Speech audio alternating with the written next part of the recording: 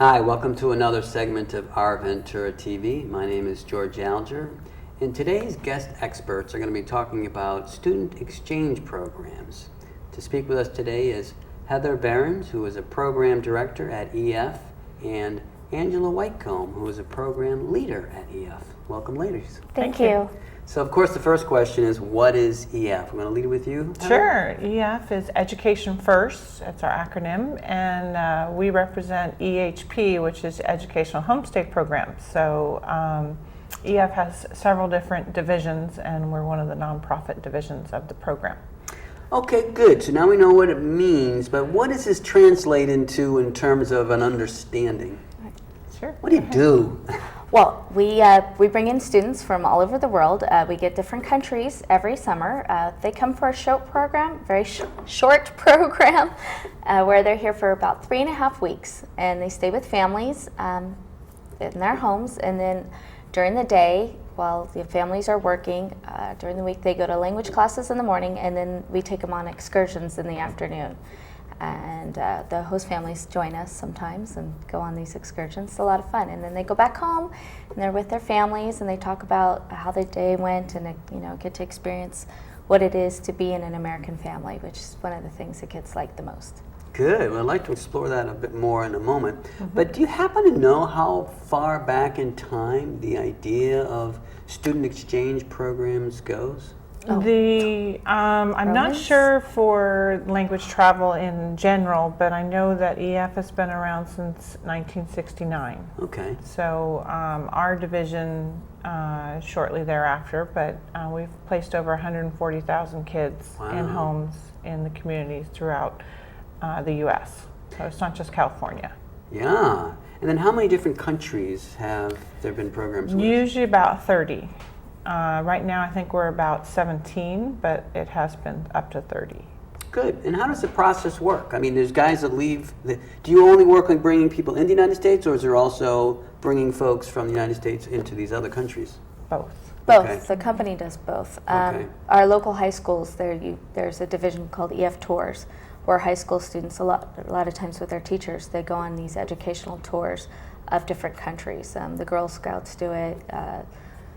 Smithsonian Institute, they take the 8th grade, or is it 6th grade? I'm not sure. One of the lower levels, they go to Washington, D.C. So EF is one of the organizers of that such trip. It's really about travel and getting a new perspective on life and getting out there in the communities, and that's really, the world. Yeah, they get to see the world. Americana is kind of what we're selling here in the United States, just kind of getting to know what it is to be an American, and of course that's different for each and every one of us because we're a melting pot of several different countries, and it's still the U.S. and the students from other countries love it here, and they want to know about it and eat it up and enjoy it. So that's really what they get to do when they come on the program from their countries to here. So Now, what's involved? Because I imagine there are a number of folks who love to come from other countries to visit, and yet there needs to be a place for them to go. So how does this process work? They sign up with EF in their home country. We have different groups, I guess, that go around to the schools and tell them about the opportunities here. And what we do is we start looking for host families, months before the students come, up to like 5 months before the students come. And we look for families who, first requirement is they have to like teenagers, because that's what we're bringing. Okay. And we're looking for nice, safe homes with people who are interested in having people stay with them and enjoy having company, and want to share their culture and learn about another at the same time. So and we have families in all shapes and sizes, with kids, no kids, empty nesters, all sorts of people in the community that are interested in the cultural exchange. Okay, and let's say, just to pick a country, let's say you have a student coming from France. Does the student normally come by themselves, or they come with a group? They come with a group. Okay. Yeah. There's usually about 20 or so in each group, and they come with a course leader also, so they have someone from their country that speaks their language that can act as their liaison if they're having any troubles communicating or with either with us or with their host family, so that it makes it easier for the student and for the family. Now, does the group get placed all in the same local area, or are they around the country? It's all the same area. Say the group from France is coming here. There's usually about 20 to 30 kids. They would come in the same community, so they're not spread out. That's just for the short program. But if they were coming, say, for the foundation, which is our year-long program, they would be spread out, and they're throughout the communities of the U.S. But for the short program, we have a general program and we have an international. So right now we run an international, which is a little bit bigger. We have 105 students total coming into the communities of Camarillo, Oxnard, and Ventura.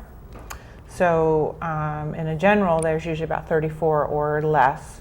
So it's a very small group, and say only one country. But in an international program, we have 3 to 5 countries that are mixed together, along with the American teenagers or the American families. So we have quite a mixture of things going on. There's different languages. Some of the students speak 5 to 6 languages, Wow. which is absolutely just amazing. And English is a second language to them. They've had 5 to 6 years of English, so they're getting the opportunity to use it. And that's what we really would look for in the community, is somebody who wants to actually converse, play apples to apples, kind of have fun with them in the evenings, on the weekends. Not necessarily take them everywhere, but incorporate them into their own life and, show them what that's all about. Okay. Now, as a program leader, you also act as kind of a tour guide. I think you were telling me earlier, correct? Yes. All right. In the afternoons, after the students finish their language classes and their cultural classes, we'll take them on an excursion. We usually fill up about 3 busloads full of teenagers, and we get in. It's myself and 2 others, and we take them all over the community. We go to Carpinteria and teach them how to surf, because the surf there is you can stand up without wiping out really hard, so that the students are successful. We go to Santa Barbara and we take them up to the mission, and they before in their cultural classes, the teachers will teach them what is the missions and why are they there, and so why are we going, and we'll do that, and then we'll walk down State Street and go to the pier. We do a tour in Los Angeles where we take them to downtown LA and show them the courtyard in Disney Hall, and we go by Hollywood and they get to see the Hollywood sign, and just all the things that these kids have seen on TV that they think California is. It's really neat when we go by Malibu and I'm like, oh, that's Malibu, and they're like, where? So we just passed it. No, I'm just kidding. But it's a lot of fun. I entertain them on the bus, or I let them. They're teenagers, so like most teenagers, they're plugged in these days.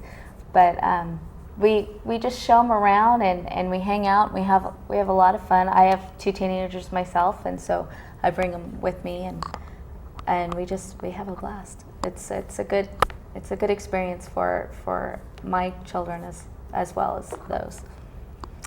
Now, Heather, what does a program director do?